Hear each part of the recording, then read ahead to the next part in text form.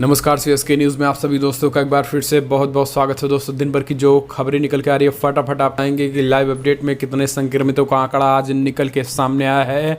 और इस बीच आपको बता दें कि दुनिया भर के आंकड़े आपको बताएंगे, लेकिन इसके साथ साथ देश भर में जो घटनाएं निकल के आ रही हैं, योगी सरकार ने कुछ एक बड़े फैसले लिए हैं, जहाँ पर आपको बता दें कि दूसरे राज्यों में फंसे मजदूरों को लाने की तैयारी में योगी सरकार कर रही है, वो भी आपको बताएंगे।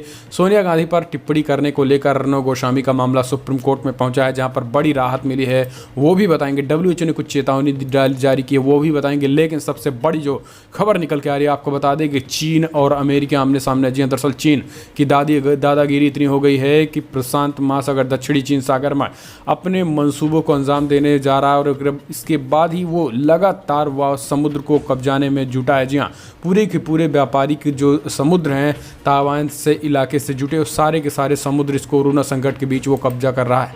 इस बीच अमेरिका ने भी अपने युद्धपोत तो भेज दिए हैं, तो आगे क्या होगा वो हम आपको फटाफट बताएंगे। लेकिन इस बीच ईरान और अमेरिका को लेकर भी बड़ी खबर निकल के आ रही है, जहां पर अमेरिका और ईरान में भी खास करके नौसेना को लेकर बड़ी धमकी निकल के आई है। अब ईरान की तरफ से अमेरिका को धमकी दी गई है, तो वो भी आपको बताएंगे। दुनिया भर में जो आंकड़े निकल के आ रहे हैं फटाफट जानेंगे, लेकिन उससे पहले छोटा सा निवेदन, अगर आपने चैनल को अभी तक सब्सक्राइब नहीं किया तो प्लीज़ सब्सक्राइब के लाल बटन दबाकर चैनल को सब्सक्राइब करें। और अगर आप भी मानते हैं कि पीएम मोदी के नेतृत्व में ये देश कोरोना को हराएगा, तो इस वीडियो को दिल से लाइक करके अपना समर्थन दर्ज करें। दरअसल पहली बड़ी खबर निकल के रही, आपको बता दें कि देश भर में संक्रमितों का आंकड़ा हुआ 23,000 को पार। अब तक 23,240 मामले सामने आ चुके हैं, जबकि राजस्थान में आज 44 मामले सामने आए, टोटल 2000 के आंकड़े को पार कर गया है।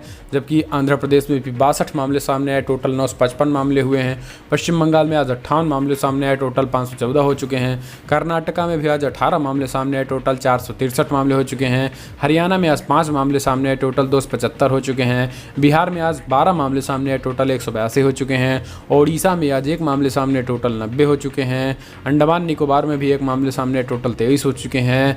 महाराष्ट्र में 6427 आज एक भी मामले नहीं आए। गुजरात में भी एक भी नहीं आए, दिल्ली में भी एक भी नहीं आया, अभी मध्य प्रदेश यूपी में भी एक भी नहीं आया। शाम को अपडेट होगा तो कल सुबह हम आपको बताएंगे। फिलहाल चलते हैं अगली बड़ी खबर। आपको बता दें कि कोरोना संकट के बीच युद्ध की आहट फिर आमने सामने हुआ चीन और अमेरिका। जी हाँ, एक तरफ दुनिया कोरोना में व्यस्त है, तो दक्षिण चीन सागर पर चीन अपना कब्जाने में जुटा है। जी हाँ, यही कारण है कि युद्ध की आहट बढ़ चुकी है। वैश्विक महामारी कोरोना के बीच हिंद प्रशांत क्षेत्र एक और संकट की आहट सुनाई दे रही है।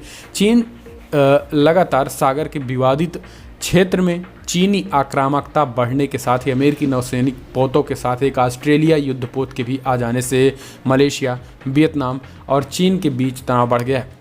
मीडिया रिपोर्ट के अनुसार ऑस्ट्रेलियाई नौसेना के फ्रिगेट और 3 अमेरिकी युद्धपोत इस सप्ताह चीनी सागर के सर्वेक्षण पोत हांग्यांग झीगी 8 के करीब आ गए हैं, जिस पर विवादित क्षेत्र के तेल उत्खनन करने का संदेह है। इसके साथ ही ऑस्ट्रेलियाई रक्षा अधिकारी पीटर जिनसिंग ने कहा है कि पट्टा की तैनाती का फैसला जो 1 साल पहले ही ले लिया गया था, उस समय ये पता नहीं था कि वो पोत एक ऐसे नाजुक सैन्य वातावरण में आ जाएगा। उन्होंने कहा है कि मार्च के इस क्षेत्र में ऐसा वातावरण बनाया गया है जहां पर चीन अब लगातार इस समुद्रों को कब्जा करने की कोशिश कर रहा है। माइक पोम्पियो ने आरोप लगाया है कि एक तरफ दुनिया कोरोना वायरस से लड़ने में व्यस्त है, तो चीन दक्षिणी चीन सागर से क्षेत्रीय विस्तार के मंसूबों को अंजाम देने में जुटा है। पोम्पियो को बयान बताता है कि कोरोना वायरस से दुनिया उपजी परिस्थितियों का फायदा उठाकर बीजिंग दक्षिणी चीन सागर में विस्तार योजनाओं को बढ़ाने में जुटा है, जो कि अमेरिका को बिल्कुल भी पसंद नहीं है। और इसकी वजह से वियतनाम, फिलीपींस, ताइवान, मलेशिया और ब्रुनेई के साथ विवाद उत्पन्न हो गया है। यही कारण है कि अमेरिका ने ताइवान, फिलीपींस और ब्रुनेई के वियतनाम, इन चारों देशों के समर्थन में उन्होंने भी समुद्री बेड़े को भेज दिया है, जो कि चीन के काफ़ी करीबी है। तो अब कहीं ना कहीं युद्ध की टकराहट बढ़ती चली जा रही है। फिलहाल चलते हैं अगली बड़ी खबर। योगी सरकार का बड़ा फैसला, दूसरे राज्यों में फंसे मजदूरों को लाने की तैयारी। जी हाँ, उत्तर प्रदेश की योगी सरकार दूसरे राज्यों में फंसे 14 दिन का क्वारंटाइन पूरा कर चुके मजदूरों को वापस लाने की तैयारी में है। प्रदेश सरकार दूसरे राज्यों में फंसे मजदूरों को चरणबद्ध तरीके से वापस लाएगी। इसके लिए कार्य योजना बनाने में योगी सरकार ने मंजूरी दे दी है। मुख्यमंत्री योगी आदित्यनाथ ने शुक्रवार को कोविड-19 पर हुई मीटिंग के बाद एक कार्य योजना तैयार की है, जिसके तहत दूसरे राज्यों में फंसे मजदूरों को चेकिंग और टेस्टिंग करने की योजना बने, और फिर प्रदेश की सीमा में आने के बाद यूपी सरकार उन मजदूरों को जिले में अपनी बसों के माध्यम से पहुंचाएगी। आपको बता दें कि आज तक इन सिलसिले में एक खबर पहले ही कर चुका था। जिसके बाद ये बड़ी खबर निकल के आई है, जहाँ पर कोटा से लाने के बाद ये यूपी सरकार ने बड़ा फैसला किया। फिलहाल चलते हैं अगली बड़ी खबर। आपको बता दें कि सोनिया गांधी पर आपत्तिजनक टिप्पणी मामले में अर्नब गोस्वामी की गिरफ्तारी 3 हफ्ते तक रोक। जी हाँ, दरअसल आपको बता दें कि कांग्रेस अध्यक्ष सोनिया गांधी पर कथित टिप्पणी करने के बाद अब सुप्रीम कोर्ट ने रिपब्लिक टीवी के संपादक अर्नब गोस्वामी को अंतरिम राहत देते हुए उनकी गिरफ्तारी पर 3 सप्ताह के लिए रोक लगा दी है। इंडियन एक्सप्रेस की रिपोर्ट की माने तो अदालत ने उनके खिलाफ किसी भी तरह की ठोस कार्रवाई नहीं करने का आदेश दिया है। वो 3 सप्ताह में अग्रिम जमानत की अर्जी कर सकते हैं। जस्टिस DY चंद्रचूड़ और जस्टिस MR शाह की पीठ ने वीडियो कॉन्फ्रेंसिंग के जरिए मामले को सुनवाई करते हुए गोस्वामी के खिलाफ दर्ज सभी FIR पर रोक लगा दी। हालांकि उनके खिलाफ नागपुर में दर्ज FIR पर रोक नहीं लगाई गई है। आपको बता दें कि जिस तरीके से सोनिया गांधी के खिलाफ कथित तौर पर जो कांग्रेसी नेता हैं वो अपने अपने राज्यों में कांग्रेस के इस अर्नब गोस्वामी के खिलाफ केस दर्ज कराए थे, जिनमें से 50 से ज़्यादा केस दर्ज करवाए जा चुके हैं और इन्हीं को लेकर अर्नब गोस्वामी सुप्रीम कोर्ट पहुंचे थे। फिलहाल चलते हैं अगली बड़ी खबर। कोविड-19 वायरस के साथ छेड़छाड़ या फिर इसे बनाया नहीं गया है, WHO ने बताया है। जी हाँ, दरअसल विश्व स्वास्थ्य संगठन ने कहा है कि वर्तमान तक के सभी उपलब्ध साक्ष्यों से पता चलता है कि कोरोना वायरस प्राकृतिक है और इसमें किसी तरीके की कोई हेराफेरी नहीं की गई और न ही ये निर्मित वायरस है। समाचार एजेंसी सिन्हुआ ने ग्लोबल हेल्थ वॉच डॉग के हवाले से बताया है कि शोधकर्ता सोर्स COV2 की जीनोजिक विशेषताओं को देखते हुए ये बताया है कि ये पूरी तरीके से प्राकृतिक है और जो चीन पर यह आरोप लग रहा था कि चीन ही इसको पूरी तरीके से बनाया है सुपर पावर बनने के लिए और चीन पूरे देश को, दुनिया को बर्बाद करने के लिए बनाया है, तो ये सब बातें WHO ने खारिज किया है। फिलहाल चलते हैं अगली बड़ी खबर। गुजरात बड़ौदा में सेना के 3 जवान कोरोना पॉजिटिव, एक ही ATM से निकाले थे पैसे। जी हाँ, दरअसल ATM को लेकर बड़ी खबर निकल के आ रही कि ATM से पैसे निकालने के बाद कोरोना संक्रमित हो रहे हैं लोग। इसकी बड़ी खबर आई है। दरअसल गुजरात में 217 नए मामले सामने आए हैं। बृहस्पतिवार को संक्रमित लोगों की संख्या 2624 हो गई, लेकिन एक अनोखा मामला वडोदरा से आया है, जहां पर 3 सेना के जवानों ने एक ही ATM से पैसे निकाले और वो कोरोना संक्रमित हो गए, जिसके बाद हड़कंप मच गया और अब ATM को आनन फानन में सभी ATMों को पूरी तरीके से सैनिटाइज किया गया है। लेकिन इस बीच सरकार ने एहतियात के तौर पर सभी को एडवाइजरी जारी की है कि ATM से पैसे निकालने से पहले आप पूरी तरीके से अपने हाथों को सैनिटाइज करें और इसके साथ ही बार बार ATM में ना जाएं। इस तरीके से हिदायत दी गई है। फिलहाल चलते हैं अगली बड़ी खबर लेते हैं। जो बड़ी खबर निकल के आ रही है, आपको बता दें कि ट्रंप के ट्वीट के बाद ईरान के कमांडर ने अमेरिकी नौसेना को दी धमकी। जी हाँ, दरअसल ईरान के रिवॉल्यूशनरी गार्ड के कमांडर ने गुरुवार को चेताया है कि उसने अपने बलों को अमेरिकी नौसेना को निशाना बनाने का आदेश दिया है। ईरान की ओर से ये धमकी एक दिन पहले अमेरिकी राष्ट्रपति द्वारा ईरानी जहाज़ों को डुबोने को लेकर किए गए ट्वीट के बाद आई। हालांकि कोरोना वायरस महामारी के कारण दोनों देशों के बीच अस्थायी तौर पर तनाव में कमी दिखी है। इसके तहत ईरान ने दोनों देशों के बीच कई महीनों से बढ़ते तनाव के बीच ट्रंप की धमकी पर आपत्ति दर्ज करने के लिए अमेरिकी मसलों को देखने वाले स्विट्जरलैंड के राजदूत को भी तलब किया है।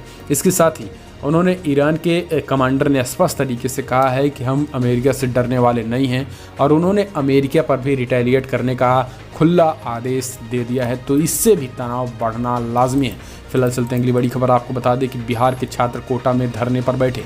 राज्य के 17 लाख से ज़्यादा लोग दूसरे राज्यों में फंसे हैं। जी हाँ, देश में लॉकडाउन के चलते बिहार के 17 लाख से ज़्यादा लोग दूसरे राज्यों में फंस गए हैं। राज्य सरकार ने कहा है कि फिलहाल उन्हें वापस लाना मुमकिन नहीं है।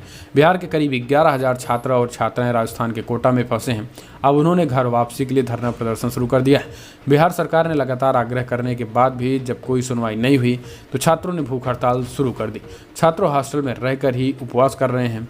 गांधीवादी तरीके से हाथ में तख्तियां लेकर राज्य सरकार से घर बुलवाने की अपील कर रहे हैं। छात्राओं का कहना है कि उन्हें घरों तक पहुंचाने की व्यवस्था नहीं होती है तो उनको उपवास जारी रहेगा। बच्चों के अलावा उनके परिजन भी लगातार राज्य सरकार पर दबाव बन रहे हैं कि उन्हें कोटा से वापस लाने की व्यवस्था की जाए। फिलहाल बड़ी खबरों में चलते हैं। अगली बड़ी खबर लेते हैं, जहाँ कोरोना संकट के बीच बंगाल में तनातनी बढ़ गई। राज्यपाल ने ममता पर खुल्ला तुष्टीकरण का आरोप लगाया है। जी हाँ, आपको बता दें कि पश्चिम बंगाल सरकार ने राजभवन के बीच तनातनी की एक बार फिर से बढ़ गई है। शुक्रवार को राज्यपाल जगदीप धनखड़ ने मुख्यमंत्री ममता बनर्जी पर अल्पसंख्यक समुदाय पर खुल्लम-खुल्ला तुष्टीकरण करने का आरोप लगाया है। धनखड़ ने बनर्जी के गुरुवार को उन्होंने लिखे पत्र का जिक्र किया है, जिसमें मुख्यमंत्री ने राज्यपाल पर सरकार के कामकाज लगातार दखल देने का आरोप लगाया था। धनखड़ ने कहा कि मुख्यमंत्री का गुस्सा राज्य में कोविड-19 वैश्विक महामारी से निपटने में बड़ी विफलताओं पर पर्दा डालने की एक रणनीति है।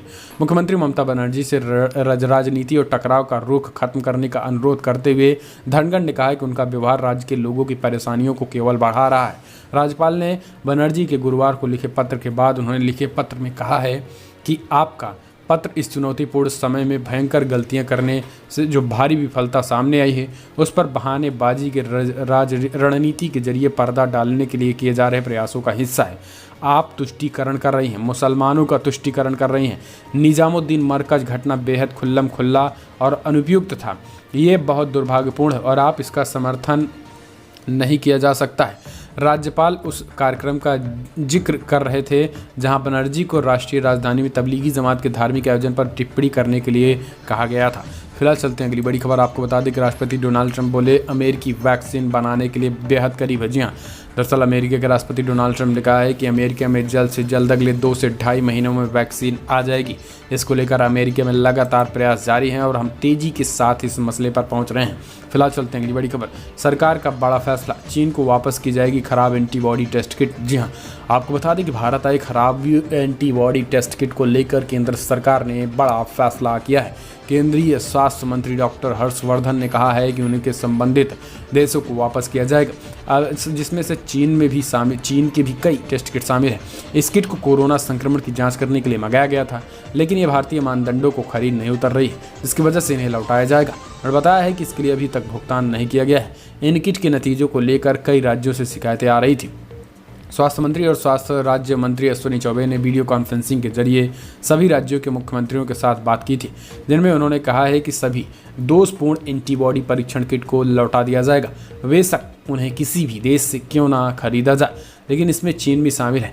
इसके साथ ही एक भी रुपया अभी भुगतान नहीं किया गया था। फिलहाल चलते हैं अगली बड़ी खबर। आपको बता दें कि LNJP अस्पताल में 4 मरीजों पर प्लाज्मा थेरेपी का परीक्षण अब तक रहा सफल, केजरीवाल का ऐलान। जी हाँ, दरअसल दिल्ली के मुख्यमंत्री अरविंद केजरीवाल ने आज LNJP अस्पताल में कोरोना के 4 मरीजों पर हुए प्लाज्मा थेरेपी को लेकर प्रेस वार्ता की है, जिसमें उन्होंने बताया है कि LNJP में 4 मरीजों को प्लाज्मा थेरेपी की गई, जो काफ़ी हद तक सफल रही।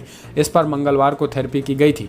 केजरीवाल ने कहा है कि हमने LNJP अस्पताल के 4 मरीजों का प्लाज्मा पर ट्रायल करके देखा है, उसमें अब तक के नतीजे उत्साहवर्धक हैं। उन्होंने ज़्यादा से ज़्यादा लोगों से इसके लिए रक्तदान करने को कहा है। उन्होंने कहा कि प्लाज्मा डोनेट करने से आप कई लोगों को बचा सकते हैं। उन्होंने बताया है कि करीब 10 दिन पहले हमें केंद्र सरकार से अनुमति मिली थी, जिसके बाद ये अच्छी खबर आई। तो ये कहीं ना कहीं दिल्ली सरकार के लिए ही अच्छी खबर नहीं है, दिल्ली की जनता के लिए अच्छी खबर नहीं, बल्कि देश के लिए है।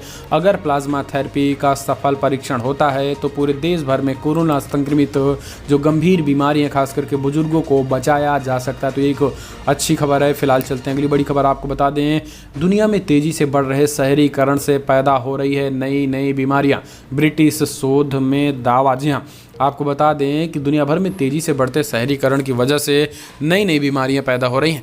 ब्रिटेन के वैज्ञानिकों द्वारा किए गए एक शोध में ये बड़ा खुलासा हुआ है।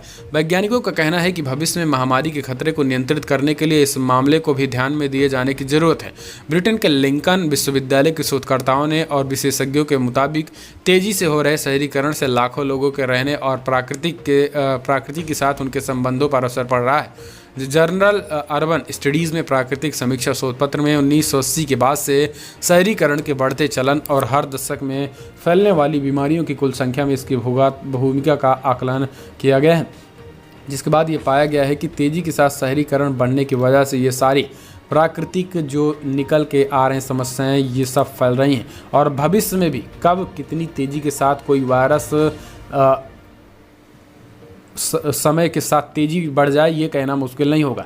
फिलहाल चलते हैं अगली बड़ी खबर। दुनिया भर से जो आंकड़े निकल के आ रहे हैं आपको जानना बेहद जरूरी है। जी हाँ, दरअसल दुनिया भर में अब तक का जो आंकड़ा है वो 27 लाख को पार कर चुका है। जी हाँ, 27 लाख 9,000 कन्फर्म केसेज अब तक आ चुके हैं।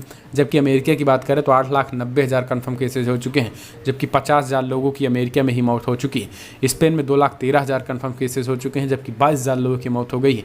इटली में 1,90,000 कन्फर्म केसेज हो चुके हैं, जबकि 25,500 की मौत हो गई है। जर्मनी में 1,53,000 लोगों की संक्रमित हो चुके हैं, जबकि 5500 लोगों की मौत हो गई है। यूनाइटेड किंगडम यानी ब्रिटेन में 1,38,000 संक्रमित संख्या बढ़ गई है, जबकि 18,000 लोगों की मौत हो गई है। फ्रांस में 1,20,000 कन्फर्म केसेज हो चुके हैं, जबकि 21,000 लोगों की 500 मौत हो चुकी है। तो ये दुनिया भर के आंकड़े हैं फिलहाल। चलते हैं अगली बड़ी खबर। कोरोना की वजह से जमीन पर आ जाएगा एविएशन सेक्टर, 29 लाख होंगे बेरोजगार, रिपोर्ट में बड़ा खुलासा। जी हाँ, दरअसल कोरोना महामारी और इसकी वजह से दुनिया में जो लॉकडाउन से भारतीय एविएशन सेक्टर धड़ाम हो जाएगा। एक रिपोर्ट के अनुसार इसमें एविएशन और उससे जुड़े उद्योगों के करीब 29 लाख लोग बेरोजगार हो सकते हैं। International aviation travel agency IATA की रिपोर्ट के अनुसार इसकी वजह से भारतीय विमानन कंपनी सेवा में एक साल में लगभग 1100 करोड़ डॉलर का नुकसान होगा और 29 लाख से भी ज़्यादा लोग बेरोजगार हो जाएंगे। तो ये एक बुरी खबर है दोस्तों।